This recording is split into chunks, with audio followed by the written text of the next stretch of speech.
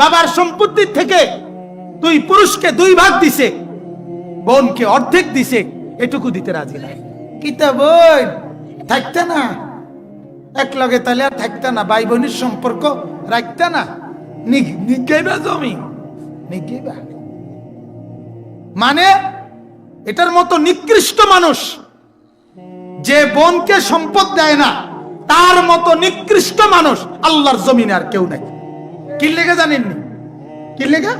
মূল কারণ হলো তুমি বেটা পৃথিবীর বাকি সব মানুষের সাথে চাচা, মামা, ফুফা, খালু, জেডা, শালা, দুলাভাই, সমুন্দি, শ্বশুর, শাশুড়ি, বুঝেন নাই কথা? বোন বাইক না যে আইব তারা যে আমাদের ফাঙ্গাস তেলাফিয়া খাবাইব, এই কারণে জমি রেখে দিছে।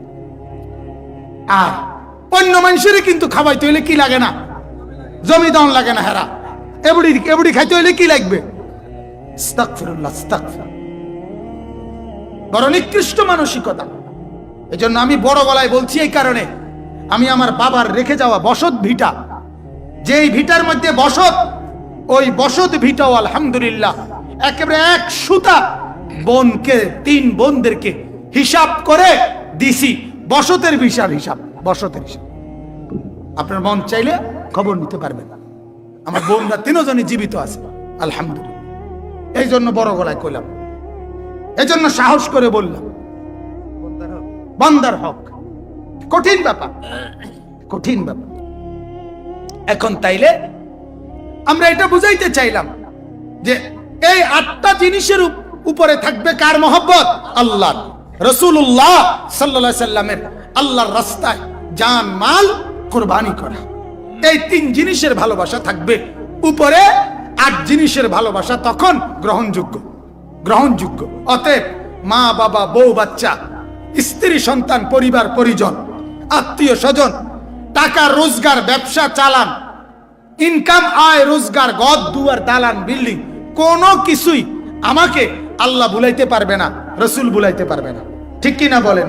এখন আপনি যে বিল্ডিং করতেন গিয়া, বাড়ি করতেন গিয়া, নামাজ ছুটে গেল, চা দোয়ানে চা বেচতে গিয়া আপনি যে 1 ওয়াক্ত নামাজ জোটে না, আপনি যে অটো সিএনজি চালাইতে গিয়া একটা সেজদা দেন না, আপনি ডাকাত কম চাই, আপনার আল্লাহর কথা মনে আসেনি? কথা বলেন না কেন? আপনার ওই 3টা নিচে নেমে গেছে কিনা বলেন না? কথা বলেন না কেন? তাইলে তাইলে আপনি বলেন, আপনার এত বড় ঘরের মধ্যে এত খাট, এত পালং, এত সোফা, এত আলমারি, এত 4 কাপ নুনের বাড়ি, এত কাছের ফ্ল্যাট, আপনার এত বড় ঘরের মধ্যে একটা দস্তরখান নাই কেন? কথা বলেন না কেন? কেন নাই? আপনার এত বড় ঘরের মধ্যে আপনার বাথরুমে আপনার জিফুত যতজন, নিজে যতজন, এতটি বেরস, এতটি টুথপেস্ট, ফেস ওয়াশ, এরপরে শ্যাম্পু, এতটি পাওয়া যাইতে আছে, দেখা যায় একটা মেসওয়াক নাই কেন? তো বাদ দিলেন কাটটা? কথা বলেন না কেন? রাসূলুল্লাহটা বাদ দিলেন না আপনি? বাদ দিলেন কাটটা? নবীর সুন্নতটাকে তো বাদ দিলেন, বাদ দিলেন তো আল্লাহর বন্দেগীটা। হ্যাঁ মাশাআল্লাহ, আল্লাহ আপনারে কবুল করেন। তো বুঝাইতে চাইলাম, বাদ দিলেন কারে? আপনি কারে বাদ দিলেন বলেন? আহা, অথচ আপনার চাকরি, আপনার ব্যবসা, আপনার দোকান, আপনার গাড়ি ঘোড়া, যানবাহন, কোনো কিছু, আপনার নাস্তা, আপনার দুপুরের খানা, আপনার রাতের খানা, আপনার পেশাব পায়খানা, মোবাইল রিসিভ করা, শ্বশুর বাড়ির যাওয়া, বেড়াইতে যাওয়া, বন্ধুরে মোগলাই পরোটা খানা, এরপরে দিয়া রেস্ট করা, কোনো কিছু থেকে আপনাকে বিরত রাখে না, শুধু সেজদার থেকে বিরত রাখে, নামাজ থেকে বিরত রাখে। তাহলে ধরলেন, রাখলেন, সবাইকে ঠিক রাখলেন, শুধু নারাজ করলেন আল্লাহকে। কেন? কেন আল্লাহর সাথে রাগ করলেন? কেন আল্লাহর সাথে দুশ্মনী? কেন আল্লাহর সাথে দুশ্মনী? কেন? একজন বন্ধুরে একটা মোগলাই আর চা, 1 কাপ চা খাওয়াইয়া, একটা মোগলাই, 1 কাপ চা, 1 খিলি ফান খাওয়াইয়া মোট বিল দিলেন 70 টাকা।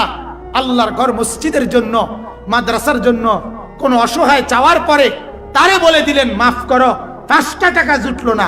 কারণটা কি? কথা বলেন না কেন? কারণটা কি? 70 টাকা যারে খাবাইলেন এইতে খানাটা শেষ হবার লগে কয় বিড়িটা আঙ্গাইতেছে, ঠিক কিনা?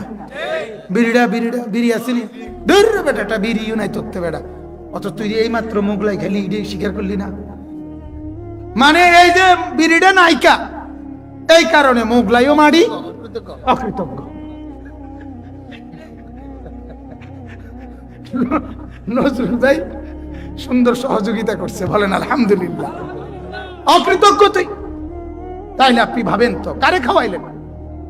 একজন তাকে একটাবার জিজ্ঞাসা করছেন, দোস্ত তোরে 70 টাকা খাওয়াইলাম, অথচ তুই তো একটা সেজদা করলি না, তোর কপালে তো একটা নামাজের সেজদা নাই, তোরে খাওয়াই আমার কি লাভ হইল?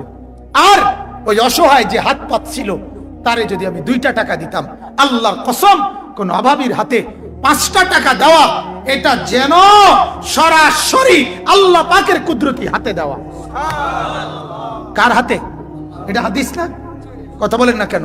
হাসরের ময়দানে আল্লাহ জিজ্ঞেস করবে, ও আমার বান্দা, আমি তোমার কাছে একটু সহযোগিতা চেয়েছিলাম, তুমি আমাকে দাও নাই, ফালাম তুসাইদিনি, তুমি আমাকে সাহায্য করো নাই। তখন ওই নাফরমান বলবে, আল্লাহ আপনি হলেন রব্বুল আলামিন, কায়নাতের মালিক, আপনারে আমি সহযোগিতা করব কেমনে? আপনারে আমি দেবো কই থেকে? আল্লাহ তখন বলবেন, আমার এক অভাবী বান্দা তোমার কাছে হাত পাচ্ছিল, সেদিন যদি তুমি তাকে দিতা, সেটা আমি আল্লাহর হাতে দেওয়া হতো। কার হাতে? মজার কথা শুনেন মোজাম্মেল ভাই, হযরত মাওলানা আবু তাহের মিসবাহ বাংলাদেশের একজন শ্রেষ্ঠ বুজুর্গ আলেম, অনেক বড় মাপের সাহিত্যিক আলেম। ওনার একটা কিতাব আছে বাইতুল্লাহর মুসাফির, হজের সফরনামা, হজের। তো ওইখানে একটা আশ্চর্য কথা আছে, উনি প্রথম বছর যখন হজে যায়, শোনেন মজার কথা, এক ছোট বাচ্চা ছেলে উনারে 2টা চকলেট দিছিল, চকলেট ওনার হাতে। উনি যখন যেদিন বাইরে যাইতেছে আর কি, আজকে যাবে ফ্লাইটে, তো বাচ্চাটা ওনার এক আত্মীয় হবে, তো বাচ্চাটা চকলেট 2টা দিয়া ওনার হাতে বলছিল আল্লাহকে দিবেন। আপনি তো আল্লাহর ঘরে যাচ্ছেন, কারে দিয়েন? আল্লাহকে দিয়েন আমার এই চকলেট। ছোট বাচ্চা। হযরত মাওলানা আবু তাহের মিসবাহ বলেন, আমি নিজে পড়ছি এই ঘটনা, হুজুরের পকেটে সাথে করে এটা নিয়ে গেছে, ওই বাচ্চার আমানত না। তো চকলেট এটা আল্লাহর ঘরে নিয়ে সৌদি আরব নিয়ে উনি বলতেছে, আহা আমি বড় পেরেশান হয়ে পড়লাম যে এই বাচ্চার আমানত কি করবো আমি, এই 2টা চকলেট আমি কোথায় দিব? এ তো আমারে বলছে আল্লাহকে দিতাম, আল্লাহকে দিব কিভাবে? হযরত তখন বলেন, আমার তখন এই কলিজার ভিতরে আল্লাহর নবীর এই হাদিস মনে আসছে। তখন আমি একজন ওইখানকার গরিব, ওই মিসকিন যারা হাত পাতে ভিক্ষুক, আমি তাদের হাতে 2টা চকলেট দিয়ে সাথে সাথে ওই বাচ্চার জন্য দোয়া করে আল্লাহকে বলছি, আল্লাহ ওই বাচ্চার দেওয়া আমানত তোমার হাতেই দিলাম, কারণ তুমি তো বলছো অভাবীকে দিলে সেটা কারে দেওয়া? তোমাকে দেওয়া। তো বাচ্চা তো চাইছিল কারে দিতে? আল্লাহকেই দিতে। তো আমি আল্লাহর নামে চাইছি, তো তাকে দিলাম। সুবহানাল্লাহ। অতএব আমার বাপ, আমার বলার উদ্দেশ্য হলো আল্লাহর ভালোবাসা, রাসূলুল্লাহ সাল্লাল্লাহু আলাইহি সাল্লামের ভালোবাসা, আল্লাহর রাস্তায় জান মাল কোরবানির ভালোবাসা, এটা মুকদ্দম, এটা অগ্রগণ্য, ঠিক কি না বলেন না? এটা অগ্রগণ্য। এখন আসেন আর 2টা কথা। একটা কথা হলো আল্লাহর ভালোবাসা সবার ঊর্ধ্বে, ঠিক কি না বলেন? কিন্তু আল্লাহ বলছেন আমার ভালোবাসা অর্জনের মাধ্যম সরাসরি না, সরাসরি আমার ভালোবাসার জন্য কি করণীয় তুমি বুঝ পাইতা না, এজন্য আমি একজন বন্ধু পাঠাইলাম, আমার এই বন্ধুকে তুমি দেখো, শোনো, গ্রহণ করো, মানো, অনুসরণ করো, তার সব কিছু আমার মহব্বতের, তার হাসি আমার পছন্দ করা, তার কান্না আমার পছন্দ করা, তার খাওয়া আমার পছন্দ করা, তার 24 ঘন্টা হাঁটা চলা, উঠা বসা, আহার নিদ্রা, হাসি কান্না, আনন্দ বেদনা, উঠা নামা, রাত দিন সকাল দুপুর 24 ঘন্টার প্রতি সেকেন্ডের, প্রতি নিঃশ্বাসের নড়াচড়া, উঠা বসা সব আমার মহব্বতের, আমার পছন্দের, তার সব আমি ভালোবাসি। তিনি হাসলেও আমি ভালোবাসি, কাঁদলেও ভালোবাসি, তিনি রাতেও তাকে ভালোবাসি, দিনেও তাকে ভালোবাসি। আমার এই বন্ধুকে অনুসরণ করো, 24 ঘন্টা পেয়ে যাবে তাকেও, পেয়ে যাবে আমাকে। সুবহানাল্লাহ, সুবহানাল্লাহ, বলেন আলহামদুলিল্লাহ। তাইলে আল্লাহর ভালোবাসা 1 নাম্বার, কিন্তু পেতে হলে অনুসরণ করতে হবে রাসূল পাক সাল্লাল্লাহু আলাইহি ওয়াসাল্লাম। তাহলে মিলে যাবে নবীর ভালোবাসাও, মিলে যাবে আল্লাহর ভালোবাসা। ঠিক কি না বলেন না? অতএব এটাই আয়াত, কুল ইন কুনতুম তুহিব্বুনাল্লাহ। ও নবী, আপনি বলে দেন যদি তোমরা পেতে চাও আল্লাহর ভালোবাসা। কার ভালোবাসা? কারণ 1 নম্বর কি? কথা বলেন, 1 নম্বর কি? ফাত্তাবিউনি। তাহলে আমার নবীকে বলছে আপনি বলেন, আপনি বলেন, তাহলে তোমরা আমাকে অনুসরণ করো। ইউহিব্বুকুমুল্লাহ, তাইলে আল্লাহ তোমাদেরকে ভালোবাসবেন। ওয়া ইয়াগফির লাকুম যুনুবাকুম। এখানে এটার উত্তরে এটাও আছে, ইউহিব্বুকুমুল্লাহ বললেই এটা আসে। অর্থাৎ নবীকে বলতে বলছে আপনি বলেন তোমরা আমাকে অনুসরণ করো, তাহলে আল্লাহ তোমাদেরকে ভালোবাসবে, আর আমি অসহায় নারাজ থাকবো। কথা কয় না? নবী যদি এই কথাটা বলে যে ও আমার উম্মত তোমরা আমাকে অনুসরণ করো, তাহলে আল্লাহ তোমাদেরকে ভালোবাসবে। তাইলে আমনে যদি জিগান যে আমনে ভালোবাসতেন না, তো নবীজি হাসি দিয়া উত্তর দিবে কি এটা কি আবার বলতেও হয়? কথা বলেন না কেন? এটা কি আবার কোন লাগে? আমার আল্লাহ ভালোবাসবে যারে, আমি তারে ভালোবাসতাম না, এটা কি কোন লাগে আবার? এটা তো এমনি বোঝা যায়, এটা তো এমনি বোঝা যায়। ওয়াগফির লাকুম যুনুবাকুম। আর আল্লাহ বলে যাকে আল্লাহ ভালোবাসবে তাকে শুধু ভালোবাসবে না, আল্লাহ বলেন আমি তাকে সমস্ত গুনাহ অপরাধ এগুলো মাফ করে দেব। আল্লাহু গফুরুর রহিম। আল্লাহ বলেন আমি মাফ করতেই ভালোবাসি, দয়া করতেই ভালোবাসি, কারণ আমি গফুর, কারণ আমি রহিম, আমি ক্ষমাশীল, আমি দয়ালু। বলেন আলহামদুলিল্লাহ। এরপরে দেখেন আবার বলছে আল্লাহ, কুল, নবী আবার কোন, আবার কোন, এই কথাটাই আমার গুরুত্বপূর্ণ। আবারও কোন, ওরা জানে শুধু ভালোবাসারে শুধু ভালোবাসা না বোঝে, এই জন্য আগের কথা আমি আবারও বলে নিছি, মহব্বত ভালোবাসা দিলে থাকে, কিন্তু মহব্বত জাহের হয় ইতাআত দ্বারা, আনুগত্য দ্বারা, অনুসরণ দ্বারা। মহব্বত বুঝাইতে হয় বাহ্যিক অঙ্গ প্রত্যঙ্গ দ্বারা। এজন্য আল্লাহ বলছে আবার কোন, কুল আতিউল্লাহ ওয়ার রাসূলা। ও নবী আবার বলে দেন তোমরা আল্লাহর আনুগত্য করো, রাসূলের আনুগত্য করো। মানে নবী আবার কোন, বুঝেরিয়া খবর কমনি কোনো বুঝে, আবার বলে দেন অনুসরণ, অনুসরণ, অনুসরণ, এটার নাম ভালোবাসা, ভালোবাসা, ভালোবাসা। আল্লাহ আমি কিন্তু সাপ দিয়ে কইলাম, নবী আপনি 2 বার কোন, ডবল কইলাম, ডবল। আমরা অনেক সময় কথার গুরুত্বের কারণে, হ্যাঁ অবশ্যই যাবি, অবশ্যই যাবি, ভুল করবি না, ভুল করবি না, কিন্তু খেয়াল করে যাবি, অবশ্যই যাবি, মনে করে যাবি, কিন্তু আও বুঝছি তো জামু তো কইছি, এরপরও কম যায় না তুই, তোর যে অবস্থা তুই বেখে আলি। ঠিক কিনা বলেন না? আমরা বলি কিনা? অবশ্যই যাবি, হ্যাঁ ভুলে যা, সারা কইতেছে ভুলে যায়। তো আল্লাহ তাআলা বলেন আবার নবী কে একবার বলছে, বলেন ভালোবাসতে চাও আল্লাহকে, আমি নবীকে অনুসরণ করো। তো আল্লাহর নবী যেন বলছে আল্লাহ কইছি, আল্লাহ কোন, আবার কোন, আবার কোন, কুল আতিউল্লাহ ওয়ার রাসূল। আবার বলেন, আবার বলেন, আরে আবার কোন, বুঝছুনি? আল্লাহর আনুগত্য, রাসূলের আনুগত্য, আনুগত্যের মধ্যে ভালোবাসা, ভালোবাসার মধ্যে আনুগত্য, একেবারে এ পিঠ আর ও পিঠ।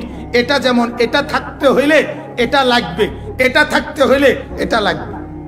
কাগজের যেমন এই ফিট আর ওই ফিট, এটা আলগা দুটা ফিট না। কাগজের এই ফিট মানেই কাগজের হেই ফিট, কাগজের হেই ফিট মানেই কাগজের এই ফিট। ঠিক কি না বলেন না? আল্লাহর রসুলের আল্লাহ এবং তার রসুলের মহব্বত মানেই হলো অনুসরণ, অনুসরণ মানেই হলো মহব্বত। একদম লাগালাগি, একদম অঙ্গাঙ্গি ভাবে জড়িত। ভালোবাসা আছে, অনুসরণ নাই, ভালোবাসাও নাই। কথা বলেন না কেন? ভালোবাসা আছে, অনুসরণ নাই। মূলত কি নাই? ভালোবাসাও নাই। অনুসরণ আছে, অটোমেটিক প্রমাণ করে ভালোবাসাও আছে। কারণ ওই যে ভালোবাসা দিলের বিষয়, এটা প্রকাশ পায় বাহ্যিক অঙ্গ দিয়ে, আর বাহ্যিক অঙ্গ দিয়ে যেটা করে এটার নামই অনুসরণ। এটার নামই কি বলেন না? অনুসরণ। অতএব মহব্বত আর অনুসরণ একই কাগজের এপিঠ ওপিঠ। মহব্বত আর অনুসরণ একই পয়সার এপিঠ আর ওপিঠ। ঠিক কি না বলেন? পয়সার এপিঠ আছে মানে হে ফিটও আছে, নাহলে এই ফিট হইব কেমনে? কাগজের এই ফিট মানে হে ফিটও আছে, মাটির এই পিঠ মানে ওই পিঠও আছে। ঠিক অনুসরণ মানেই ভালোবাসা, ভালোবাসা মানেই অনুসরণ। আলাদা করলে হবে না, আলাদা করলে হবে না। আমরা ভালোবাসি, আমরা অনুসরণ করি। তারা আপনার মেসওয়াক করলে কি হইব, তারা দাড়ি রাখলে কি হইব, তারা শুদ্ধ কোরআন শরীফ পড়লে কি হইব, তারা আপনার এত মসজিদ মাদ্রাসা পড়াইলে কি হইব, তাদের মধ্যে নবীর মহব্বত নাই। এটা আমনে কইতে থাকেন, আমিও শুনতে থাই। আমরা মিল্লা জিল্লা হাসরের ময়দান পর্যন্ত অপেক্ষা করি, আশা করি ইনশাআল্লাহ ওইখানে ফয়সালা হয়ে যাবে। ওইখানে কি হয়ে যাবে? দোয়া করেন ওই পর্যন্ত যাতে সবাই যাইতে পারি, বাকি দোয়া না করলেও যাইতে হইব। হেনে যাওয়াতুন বাসনের সুযোগ। কিছু বিষয় আছে ইনশাআল্লাহ কোনের দরকার নাই, এটা জানেননি। মনে করেন হাসরের মাঠ কায়েম হবে ইনশাআল্লাহ। কীর্তন কইছেন আপনি ইনশাআল্লাহ। আল্লাহ যদি চায়, আল্লাহ চাইয়া রইছে, ঘোষণা দিয়ে রাখছে, ফয়সালা দিয়ে রাখছে। কথা বুঝেন নাই আপনি? কোরআন সত্য ইনশাআল্লাহ।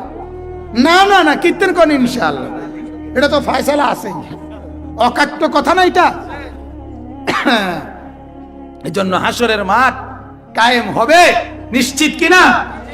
অতএব এটাই আমি আবারও বললাম, আজকে আপনাদের কাছে আমার অনুরোধ এটা বাজান, আমরা আল্লাহকে ভালোবাসি, আমরা রাসূলুল্লাহ সাল্লাল্লাহু আলাইহি ওয়াসাল্লামকে ভালোবাসি।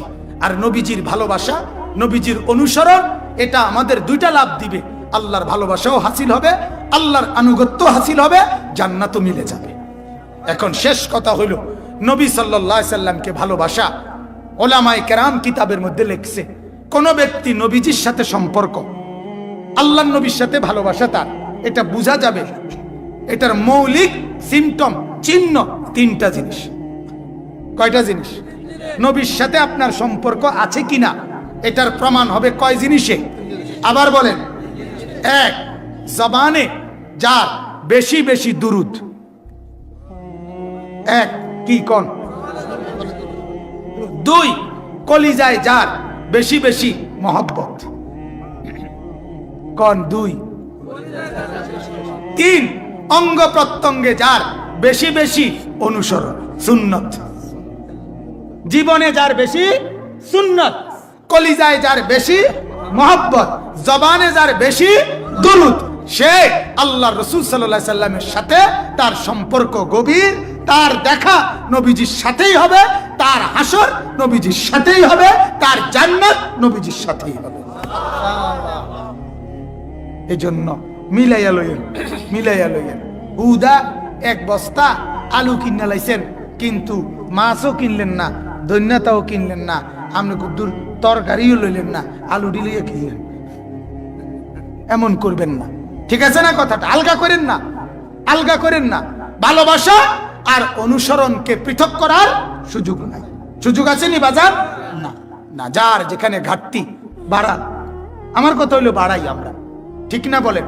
যিনি দাড়ি নাই আপনি চিন্তা করেন, আস্তে আস্তে বাড়ান। যিনি মিসওয়াক করেন না আপনি মিসওয়াক করেন। যিনি দস্তরখান বিছান না আপনি দস্তরখান বিছান। ছেলে মেয়েদেরকে নামাজি বানান, আপনি পর্দা পুশিদার ব্যবস্থা করেন। ঘরের থেকে টেলিভিশন, নাটক, সিনেমা কমান। ছেলে মেয়েদেরকে দিন শিখান, কোরআন শিখান। আস্তে আস্তে করে বাড়ান না, ঠিক কিনা? কোন মানুষ তার ঘরের ফার্নিচার একদিনে সব কিনে নেয়? তো আপনি কমপক্ষে আস্তে আস্তে জমায় না, তো আপনি আস্তে আস্তে বাড়ান না, নবীর ভালোবাসা বাড়ান, নবীর অনুসরণ বাড়ান। আল্লাহ তাআলা আমাদেরকে তৌফিক দান করুক, আল্লাহ তাআলা আমাদেরকে কবুল করুক। আজকের এই রজব মাসে আমরা আপনাদের কাছে বললাম, রজব মাসে নবীর ভালোবাসা বেশি বেশি। আল্লাহুম্মা বারিক লানা ফি রাজাবা ওয়া শাবান ওয়া বাল্লিগনা রমাদান, এই দোয়া পড়া। রজব মাসে নবীর ভালোবাসা, রমজান মাসের জন্য প্রস্তুতি নেওয়া। রজব মাসে নবীর ভালোবাসা, হায়াত আল্লাহর কাছে একটু বেশি চাওয়া আল্লাহর ইবাদতের জন্য। রজব মাসে আল্লাহর নবীর প্রতি ভালোবাসা, রমজান মাস আসার জন্য কাকুতি মিনতি আল্লাহর কাছে করতে থাকা, রহমত আর মাগফিরাত হাসিলের জন্য। আল্লাহ তাআলা আমাদেরকে তৌফিক দান করেন। আগামী সময় থেকেই, রমজানের আগেও বিগত সময় থেকে কিছু নফল রোজা বেশি রাখবেন, এটাও রাসূলুল্লাহর ভালোবাসা, নবীজির সুন্নাত। নবীজি রমজানের আগে এই রজব শাবানে রোজা রাখতেন, নফল রোজা, বিশেষ করে শাবান মাসে অত্যধিক রোজা রাখতেন। এটা আমরা চেষ্টা করব, ঠিক আছে ইনশাআল্লাহ। আজকে এই মরহুম সহ যত জনের স্মরণে আজকের এই মাহফিল, আল্লাহ তাআলা প্রত্যেককে কবুল করেন।